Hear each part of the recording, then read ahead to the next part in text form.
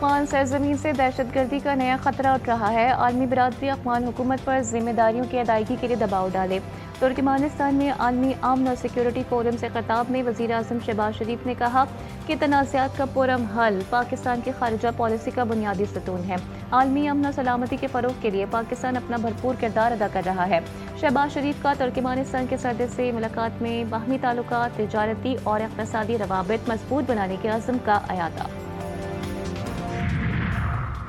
قمر جاوید باجوہ کبھی لالچ کبھی دھمکی دیتے رہے۔ فوج کے سربراہ کی تعیناتی کے عمل کے دوران انہوں نے 8-9 دن مزاحمت کی اور دھمکیاں دیں کہ میں ٹیک اوور کر لوں گا، مجھے ایکسٹینشن دیں۔ وزیر دفاع خواجہ محمد آصف کا دعویٰ، کہا کہ باجوہ نے پہلے کوشش کی کہ فیض حمید ہی فوج کے سربراہ بن جائیں۔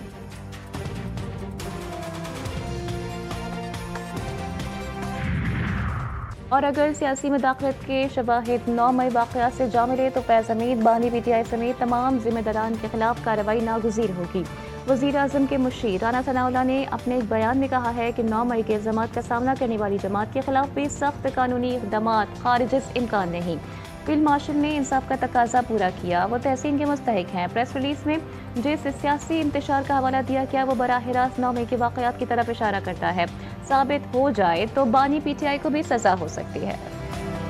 چاہتے ہیں کہ مسلم لیگ آزاد جموں کشمیر میں بھی اپنا کامیابی حاصل کرے اور بلتستان میں بھی کامیابی حاصل کرے۔ ہمارے بڑے پکے ساتھی ہیں، ان کو الیکشن کے لیے ٹکٹ دیا جائے اور میرٹ بھی دیا جائے، اور اس میں کوئی کمپرومائز نہیں ہونا چاہیے۔ ہمیشہ ہمارا اصول، ہمارا دستور یہی رہا ہے، اس پہ ہم نے کبھی کمپرومائز نہیں کیا۔ گلگت اور آزاد کشمیر کو این ایف سی ایوارڈ میں حصہ ملنا چاہیے۔ این ایف سی ایوارڈ بھیک نہیں، حق ہے۔ مسلم لیگ نون کے صدر میاں محمد نواز شریف کہتے ہیں این ایف سی ایوارڈ کا مطالبہ بجائے گلگت بلتستان یا آزاد کشمیر سے آئے وفاقی حکومت کو خود کرنا چاہیے۔ وزیر اعظم سے بات کروں گا، لیکن ان منصوبوں میں ہم نے جو سرمایہ کاری کی ہوئی ہے وہ این ایف سی سے بھی زیادہ ہے۔ ہمیں بہترین امیدواران کا انتخاب کرنا چاہیے۔ آزاد کشمیر اور جی بی میں میرٹ پر ٹکٹ دیں گے، پارٹی اصولوں پر کوئی سمجھوتا نہیں کریں گے۔ فضا اچھی ہے، انتخابات میں نتیجہ بھی اچھا آنا چاہیے۔ بانی پی ٹی آئی اور ان کی اہلیہ کو مسلسل تنہائی میں رکھا جا رہا ہے، سردیوں کا سامان تک فراہم نہیں کیا جا رہا۔ وزیر اعلیٰ خیبر پختونخوا سہیل خان آفریدی نے کہا صوبائی حقوق کے لیے سب کمیٹی بنانا خوش آئند ہے، میرٹ کی بالادستی برقرار رکھی جائے اور کسی قسم کی کرپشن کی شکایت پر فوری قانونی کارروائی کی جائے گی۔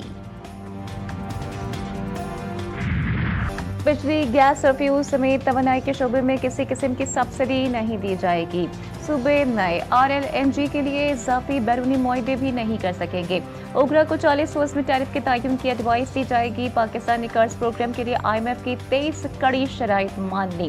آئی ایم ایف کے مطابق حکومت نے یقین دلایا کہ شوگر سیکٹر مکمل طور پر ریگولائز کیا جائے گا، ترقیاتی اسکیمیں کم کی جائیں گی، کھاد اور کیڑے مار ادویات پر ایکسائز ڈیوٹی میں 5% اضافہ ہوگا، میٹھی اشیاء پر ایکسائز ڈیوٹی جبکہ کئی اشیاء پر سیلز ٹیکس لگے گا، کرنسی کی قدر لچکدار رکھی جائے گی۔ آئی ایم ایف نے گندم کی خریداری کے لیے وفاقی یا صوبائی امدادی قیمت مقرر کرنے اور درآمد پر کسی بھی قسم کی نئی ریگولیٹری ڈیوٹی متعارف کروانے سے بھی روک دیا۔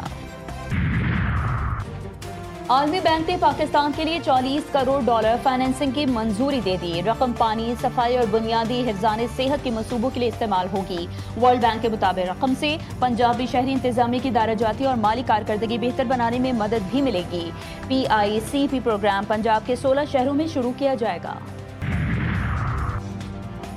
پاکستان کا ڈیجیٹل فائنینسنگ کے میدان میں ایک اور بڑا قدم، حکومتی اثاثوں کی بلاک چین ٹوکنائزیشن کے لیے ایم او یو پر دستخط، وزارت خزانہ اور بائننس انویسٹمنٹ میں معاہدہ ہو گیا۔ ورچوئل اسٹیٹس ریگولیٹری اتھارٹی کا بائننس اور ایچ ٹی ایکس کو این او سی جاری، $2 ارب کے حکومتی اثاثوں کو بلاک چین پر منتقل کرنے کی راہ ہموار۔ حکومتی اثاثوں میں سرکاری بانڈز، ٹی بلز اور اجناس کے ذخائر شامل۔ بائننس کے سی ای او سی زیڈ نے بھی فیصلے کو انتہائی اہم پیش رفت قرار دیا۔ Chairman Pakistan Virtual Assets Regulatory Authority Bilal bin Saqib کہتے ہیں این او سی کا اجرا ڈیجیٹل اثاثوں کے نئے دور کی شروعات ہے۔